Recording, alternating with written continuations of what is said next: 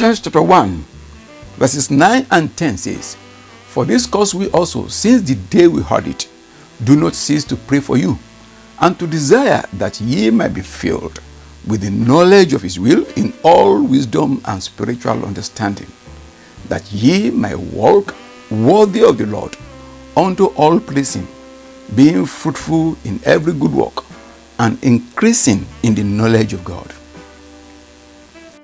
In all aspects of life, the peak of importance is knowledge. We go to school because we want to gain knowledge. Colossians 1:10 tells us that to please God and be fruitful in our works, we need to increase in knowledge. And Matthew 22 verse 29 also teaches us that we go into error because of lack of knowledge. As a matter of fact, lack of the knowledge of the rules guiding an engagement breeds the ignorance of the attributes and benefits of that engagement. You need knowledge of your environment, including the people around you. You need the knowledge of yourself. And you need the knowledge of the adversary. You need the knowledge of God. That is, knowledge of his word, his power, his name, and other attributes. The common thing about it all is knowledge. Knowledge is vigilance of the spirit. Knowledge is to discover the reality of an entity.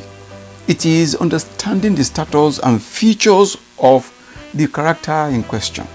It is to know the rules and instructions guiding the engagement. Your power of dominance is limited to the level of your knowledge, and your defeat is your ignorance. Ignorance is the absence of knowledge. God takes knowledge seriously to the point that he said, if one rejects it, he will also reject such from taking up any responsibility from him. Forgetting is regarded as rejection, and the penalty is that he will in addition forget the children of such. Can you see what I see in Hosea chapter 4 verse 6?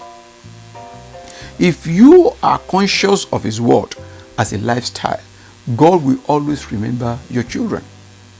He won't forget them. To increase in the knowledge of any engagement is to give time to studying the rules guiding it. Knowledge comes from studying and learning through your challenges. Knowledge comes from watchfulness and submission.